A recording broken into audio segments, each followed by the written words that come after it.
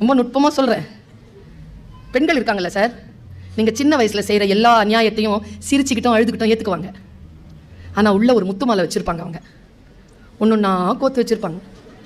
உங்களுக்கு 60 வயசு ஆச்சுன்னு வச்சுக்கோங்களேன், ஒன்றொன்னா எடுத்து விடுவாங்க. இந்த கைத்தட்டல்லாம் முத்து எடுத்து விடுறவங்களுடைய கைத்தட்டல். சரியா? அதனால சின்ன வயசிலேயே சில விஷயங்களை பெண்கள் தொடர்பாக நாம் விழிப்புணர்வோடு நடந்து கொள்ள வேண்டும் என்பதற்காக இந்த விஷயத்தை சொல்றேன். பெண்களுக்கு எது பிடிக்காது தெரியுமா? ஆண்களாகிய யாருக்கும் தெரியாது. பெண்ணுக்கு எது பிடிக்காது என்றது ஆண்களாகிய யாருக்கும் தெரியாது. ஏனென்றால் அவள் அதை அழுதோ சிரித்தோ கடந்து போவாள், கோபித்துக் கொண்டோ கடந்து போவாள். ஆனால் அவள் மனதிலே வெட்டுக்காயம் விழும்.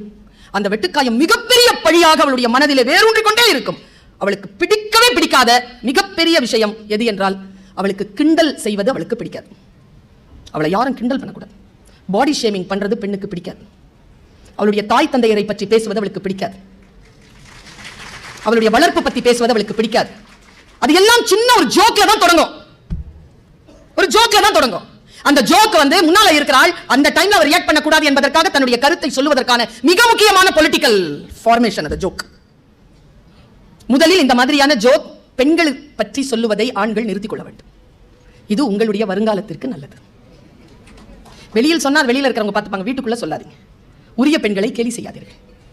உணர்வுள்ள பெண்களை எப்படி நடத்துவது என்பதிலே எந்த ஒரு ஆண், எந்த ஒரு சமூகம் சிறப்பாக இருக்கிறதோ அந்த சமூகம் தான் மிகப்பெரிய ஆளுமையான பெண்களை உருவாக்குகிறது.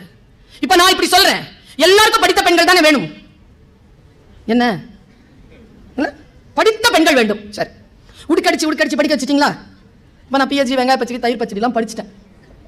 இப்ப எனக்கு நீங்க சொல்றதுக்கு முன்னாலே நீங்க என்ன சொல்ல வரீங்கிறது புரியுது. என்னை எப்படி நிர்வகிப்பது என்பதை நீங்கள் பயிற்சி பெற்றீர்களா? ஏன் நீதிமன்ற வாசலில் குடும்ப கோர்ட்டுகளில் மக்கள் அலைமோத மாட்டார்கள்?